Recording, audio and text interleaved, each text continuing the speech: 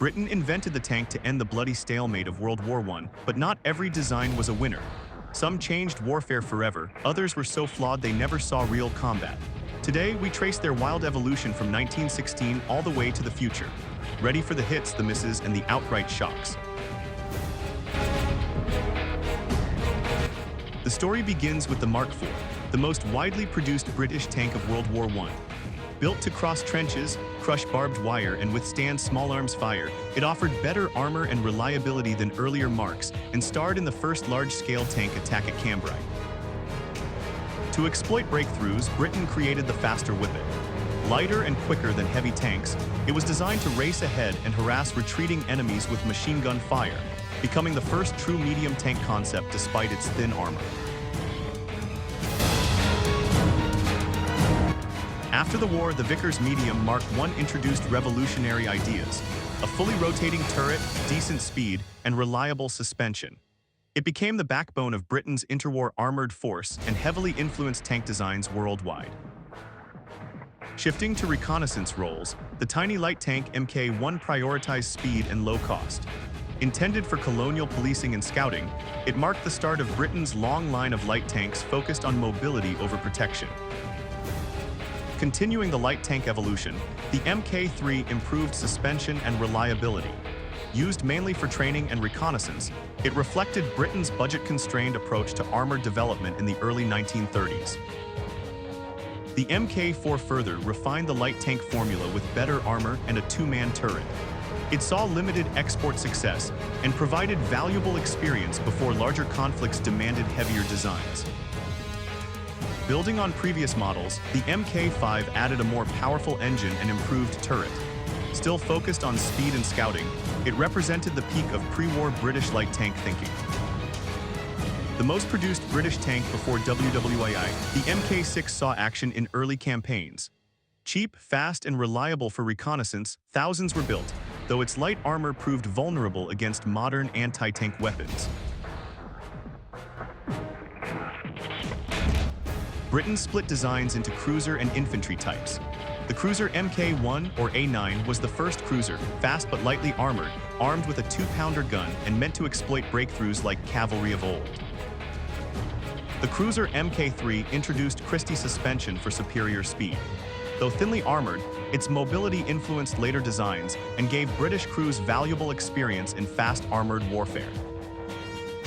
An upgraded Mk3, the cruiser Mk4 added thicker armor while keeping high speed. It fought in France and North Africa, showing the promise and vulnerability of the cruiser concept. Designed for slow infantry support, the Matilda I boasted heavy armor for its day but only a machine gun. Cheap and well protected, it became quickly obsolete once enemy guns improved. The A10 bridged cruiser and infantry roles with heavier armor. Known as the close support tank, it fought in France 1940 and laid groundwork for later infantry tanks. Intended as a powerful cruiser, the Covenanter suffered severe engine cooling problems. Deemed unfit for combat, it never left Britain and served only in training roles. The Matilda II earned the nickname Queen of the Desert for its thick armor that defied Italian and early German guns. Slow but nearly invulnerable in 1940-41, it dominated early North African battles. Named after Winston Churchill, this tank excelled at climbing and carried heavy armor. Despite early mechanical issues, its versatility spawned flail, bridge layer, and flamethrower variants that proved invaluable.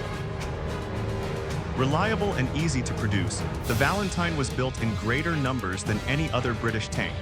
Sent to the Soviet Union in huge quantities, it became a solid workhorse on multiple fronts. The Crusader brought speed to the Desert War. Fast and agile with a 2- or 6-pounder gun, it fought extensively in North Africa despite reliability problems in heat and dust. Built to mount the powerful 17-pounder anti-tank gun on a stretched Cromwell chassis, the Challenger provided much-needed long-range firepower to counter heavy German armor in late-war Europe. The Comet combined good speed, low silhouette, and the effective 77 high-velocity gun. Considered Britain's best cruiser tank of the war, it arrived in 1945 and saw action in the final push into Germany. Fast and reliable with Rolls-Royce Meteor engine, the Cromwell finally gave British forces a cruiser that matched German mobility. It formed the basis for Comet and specialized variants. Introduced just after WWII, the Centurion is often called the first true main battle tank. Superb gun, armor, and mobility kept it in service for decades across multiple countries and conflicts. The Chieftain boasted the most powerful gun of its era, the 120 rifled L11, and excellent protection. Despite engine troubles, it dominated Cold War NATO heavy armor thinking. Replacing Chieftain, Challenger 1 featured revolutionary Chabem composite armor.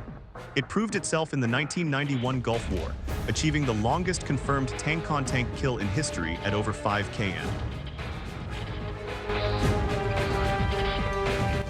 Even tougher than its predecessor with Dorchester armor, Challenger 2 saw action in Iraq and remains one of the best protected tanks in the world, with an unmatched combat loss record.